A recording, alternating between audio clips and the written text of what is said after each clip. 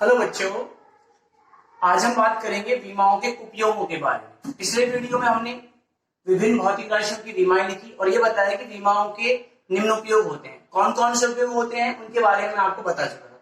पहले हम बात कर रहे थे कि विमाओं की सहायता से हम एक मात्रक पद्धति को दूसरी मात्रक पद्धति में बदल सकते हैं। जैसे अगर हमें कोई मान एमकेएस में दिया गया है तो हम उसे सीजीएस में बदल सकते हैं, सीजीएस में दिया गया है एमकेएस में बदल सकते हैं, एफपीएस में दिया गया है एमकेएस में बदल सकते हैं। तो पहला उपयोग होता है कि हम विमाओं की सहायता से एक मात्रक पद्धति को दूसरी मात्रक पद्धति में बदल सकते हैं। दूसरा उपयोग होता है यदि हमें बहुत सारी भौतिक राशियां दी गई हो, यानी दो या दो से अधिक भौतिक राशियां दी गई हो, तो हम उन भौतिक राशियों में आपस में संबंध स्थापित कर सकते हैं। अर्थात किसी भी भौतिक राशि के सूत्र की क्या कर सकते हैं, हम उत्पत्ति कर सकते हैं। तीसरी जो हमने बात की, यदि हमें कोई फॉर्मूला दिया गया है, किसी भौतिक राशि का सूत्र दिया गया है, तो हम ये जांच कर सकते हैं कि वो भौतिक राशि का सूत्र सही है या गलत है।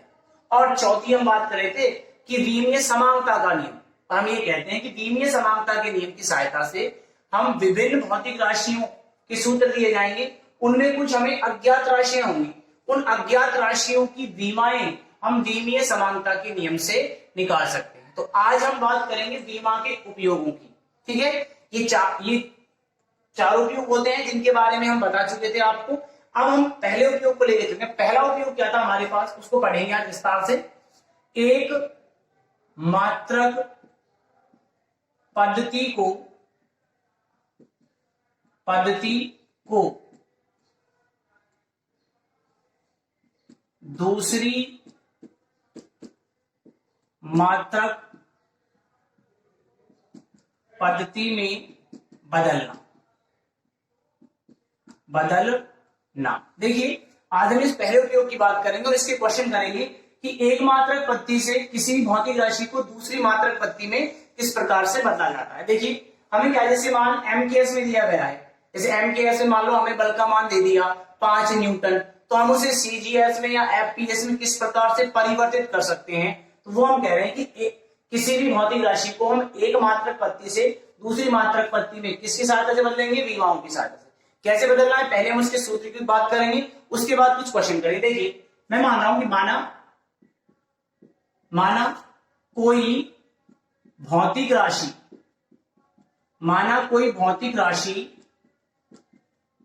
क्यू है। हमने मान लिया कि माना कोई भौतिक राशि क्या है, क्यू, क्योंकि हम फिजिकल क्वांटिटीज बोलते हैं, इसलिए मैंने क्यू से डिनोट किया है। माना कोई भौतिक राशि है क्यू। अब पहली मात्रक पद्धति में देखो, पहली मात्रक पद्धति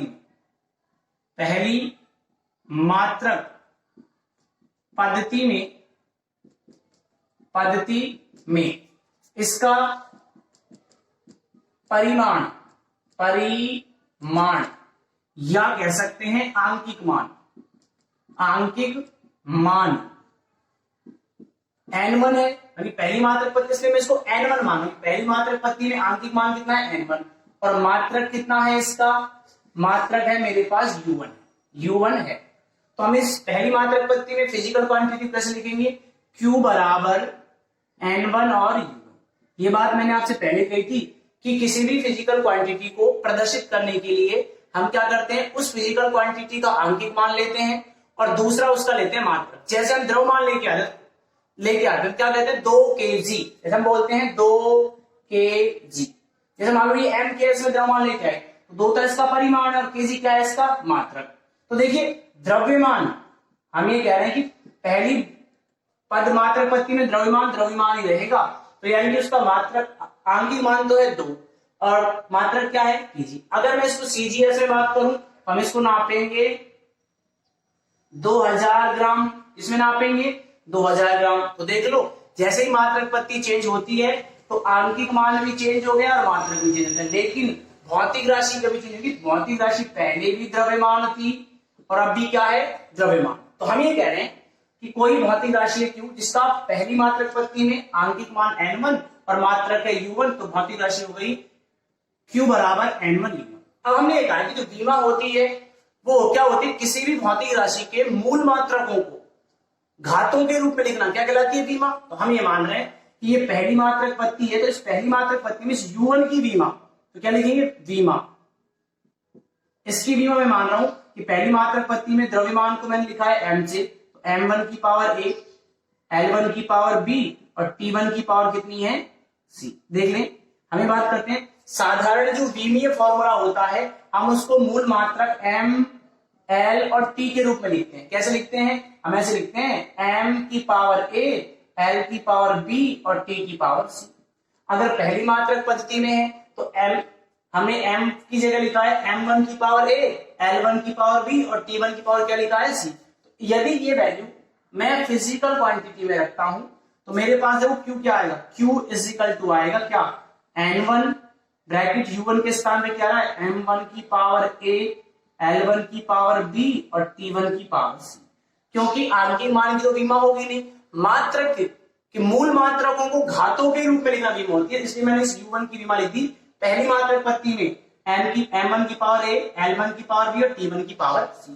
इसी प्रकार अगर हम बात करें, हम कह रहे हैं कि दूसरी मात्रक पत्ती में भौतिक राशि तो है q, क्योंकि भौतिक राशि मात्रक पत्ती बदलने पर कभी भी चेंज नहीं होती है, लेकिन उसका मान दूसरी मात्रक पत्ती में आंकिक मान तो है n2 और मात्रक कितना है u2। तो दूसरी मात्रक पत्ती में इस भौतिक राशि को लिखेंगे q बराबर n2 u2। अब ये n2 तो आंकिक मान है, ये तो ही रहेगा, और हम क्या करेंगे q बराबर n2 और u2 के स्थान पर डायमेंशन लिखनी है विमा। तो देखो पहली मात्रक पत्ती में m1 की पावर a, l1 की पावर b और t1 की पावर c।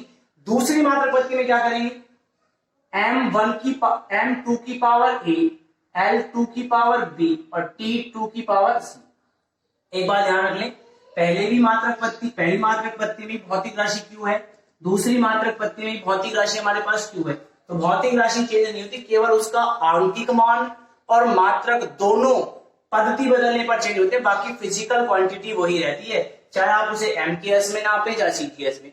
अगर हम द्रव्यमान लेके चल रहे हैं MKS में 2 kg, तो हम जब उसको ग्राम में तब्दील करेंगे तो 2000 ग्राम होगा। तो देख लो चेंज क्या हुआ, द्रव्यमान अपना 2 kg, तो आंकिक मान 2, मात्रक है kg। जब इसको हम CGS में कन्वर्ट करेंगे तो 2000 ग्राम, तो आंकिक मान आ गया 2000, मात्रक हुआ ग्राम, बाकी भौतिक राशि सिर्फ क्या है द्रव्यमान।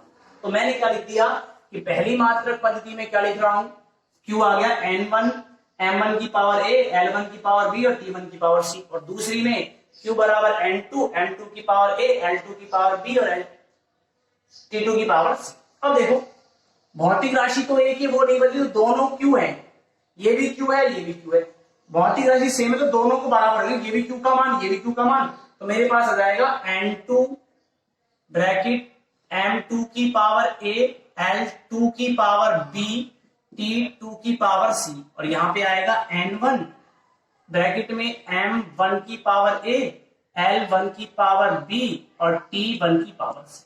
हमें n2 का मान कैलकुलेट करना है, तो n2 बराबर देखिए n1 ऊपर आ जाएगा कितना, m1 की पावर a, l1 की पावर b और t1 की पावर c, बटे में कितना आएगा बेटा, बटे में आएगा m2 की पावर a, l2 की पावर b और t2 की पावर c।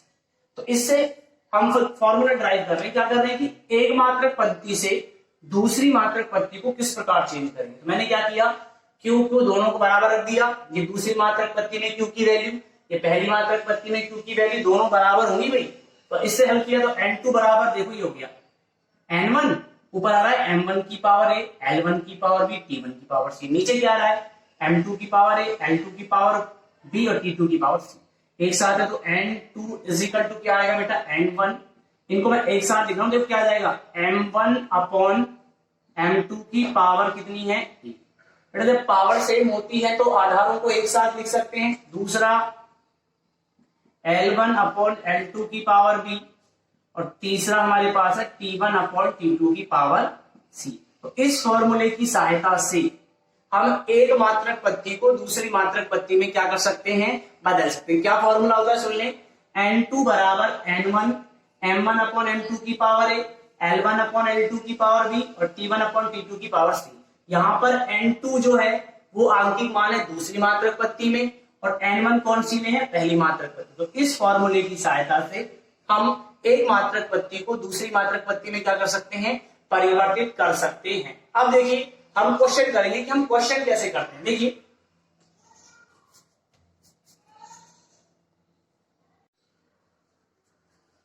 देखिए अभी बात कर रहे थे इस फॉर्मूले की सहायता से हम एक मात्रक पत्ती को दूसरी मात्रक पत्ती में कन्वर्ट कर सकते हैं। क्या फॉर्मूला है? N2 बराबर N1 M1 अपॉन M2 की power A, L1 upon L2 की पावर B और T1 अपॉन T2 की पावर C। तो देखिए अब हम क्वेश्चन कैसे करें,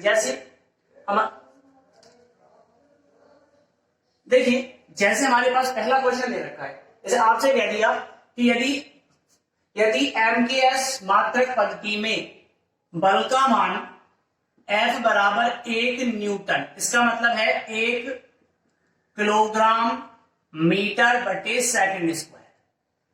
हमें कहना है कि MKS मात्रक पद्धति में बल का मान 1 न्यूटन है, मतलब 1 न्यूटन मतलब क्या है? 1 किलोग्राम इंटू मीटर बटे सेकंड स्क्वायर है। तो इसे ग्राम प्रति सेंटीमीटर बटे सेकंड स्क्वायर में परिवर्तित करो, अर्थात किसमें बदलो? डायनेमिक। किसमें बदलो? डायनेमिक।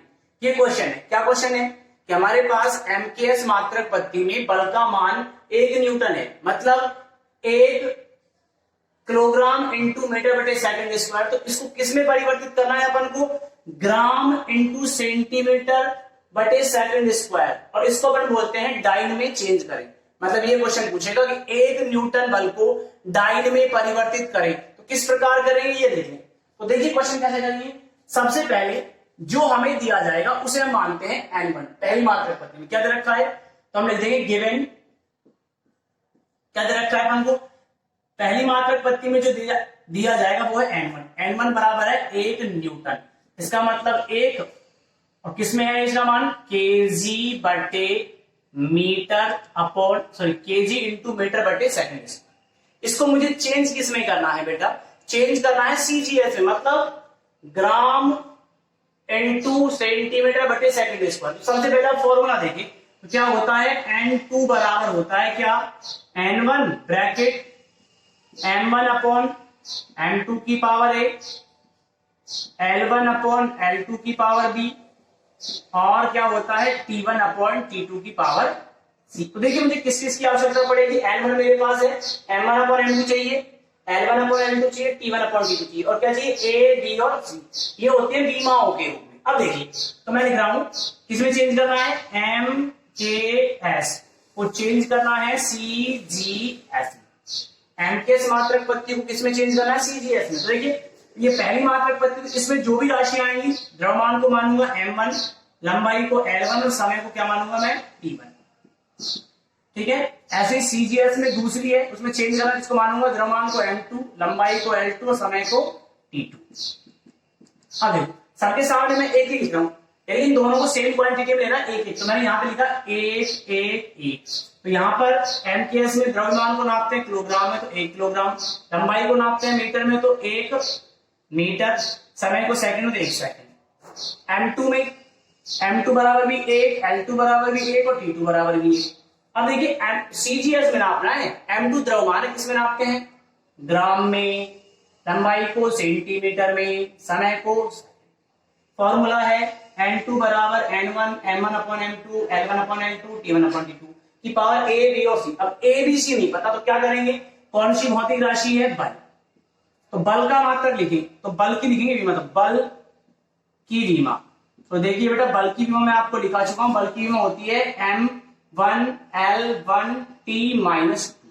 तो हमने क्या लिखा था? M की पावर A, L की पावर B और T की पावर C। इसे तुलना करेंगे कि हमें लिखते थे M की पावर A, L की पावर B और T की पावर C। यदि इस बल की विमा को से कंपैरिजन करें तो A की वैल्यू निकल के आती है 1, B की निकल के आती है 1 और C की निकल के आती है -2। बस ये सारे मान इस फॉर्मूले में रखने हैं। तो देखिए N2 बराबर 1 केजी बटे 1 ग्राम की पावर 1 मीटर बटे 1 सेंटीमीटर की पावर 1। देखो M1 अपॉन M2, M1 का मान 1 केजी, M2 का मान 1 ग्राम, A का मान 1, L1 का मान 1 मीटर, L2 का मान 1 सेंटीमीटर की पावर 1 और सेकंड का 1 सेकंड बटे 1 सेकंड की पावर -। अब ये देखिए, अब इस क्वेश्चन को अगर मुझे हल करना है तो ऊपर वाले मान अलग है, नीचे वाले अलग है, तो इनको सेम मात्रक पद्धति में चेंज करना है। अगर मैं इनको सेम मात्रक पद्धति में चेंज करूंगा तो N2 इज इक्वल टू आएगा 1 1 ग्राम में 1000 ग्राम होते हैं, तो 1000 ग्राम बटे 1 ग्राम की पावर 1। दूसरा 1 मीटर में 100 सेंटीमीटर, तो 100 सेंटीमीटर बटे 1 सेंटीमीटर की पावर भी 1। और भाई 1 सेकंड में 1 ही सेकंड होता है की पावर -2। अब देखिए, जब अगर हम इसको आगे हल करना चाहें तो हल करने का सिंपल तरीका है, ग्राम से ग्राम। देखो 1000 में जब 1 का भाग देंगे तो हमारे पास क्या बचेगा बेटा, क्या बचेगा, मैं ऊपर लिख रहा हूं, इसको मिटा के देखिए। जब हम इसे भाग देंगे तो क्या बचेगा, N2 = 1। 1000 में जब 1 का भाग देंगे तो 1 और उसकी पावर कितनी है 1, तो 1000 आ जाएगा, गुणा ग्राम में हो गया चेंज। 100 सेंटीमीटर में जब 1 सेंटीमीटर का भाग देंगे तो क्या आएगा 100, क्योंकि उसकी पावर कितनी है 1। और जब 1 सेकंड में 1 सेकंड का भाग देंगे तो आंसर आएगा 1। अगर 1 की पावर चाहे माइनस में कितनी हो और चाहे प्लस में कितनी हो, मान होता है उसका 1। तो देखें N2 बराबर कितना हो गया, 1 2 3 10 की पावर 5, किसमें ग्राम N2 सेंटीमीटर बटे सेकेंड स्क्वायर। और इसी को हम क्या बोलते हैं, डाइन। क्या बोलते हैं, डाइन। तो 1 न्यूटन बराबर होता है 10 की पावर 5 डाइन। देख लीजिए नॉर्मल सी कैलकुलेशन है। यहां तक मैंने मान रखे, मान के बाद किलोग्राम को ग्राम में चेंज किया, इस मीटर को सेंटीमीटर में चेंज किया, सेकंड को सेकंड में चेंज किया। इसको हल करेंगे तो 1000 बटे 1, तो 1000 बचेगा की पावर 1, तो 1000। N1 का मान 1। जब 100 बटे 1 करेंगे तो 100 की पावर 1 तो आएगा 100। इसको हल करेंगे तो 1 आएगा, 1 की पावर चाहे माइनस कितनी हो प्लस कितनी हो, मान होता है 1। तो आंसर आ गया N2 बराबर 10 की power 5 gram into centimetre upon second square. तो हम ये कह सकते हैं कि MKS पद्धति में यदि बल का मान 1 न्यूटन है तो CGS पद्धति में उसका मान कितना होगा, 10 की पावर 5 डाइन होता है। ये आपको याद रखना है। ऐसे ही हम कुछ और भी सवाल करेंगे, इसी प्रकार से हम सारे सवालों को कन्वर्ट कर सकते हैं। ये हमारा पहला उपयोग था। इस पर आधारित जितने भी क्वेश्चन है आप लोग खुद करके देख सकते हैं। अगर कोई नहीं हो तो फिर हम उसको नेक्स्ट वीडियो में देखेंगे। Thank you.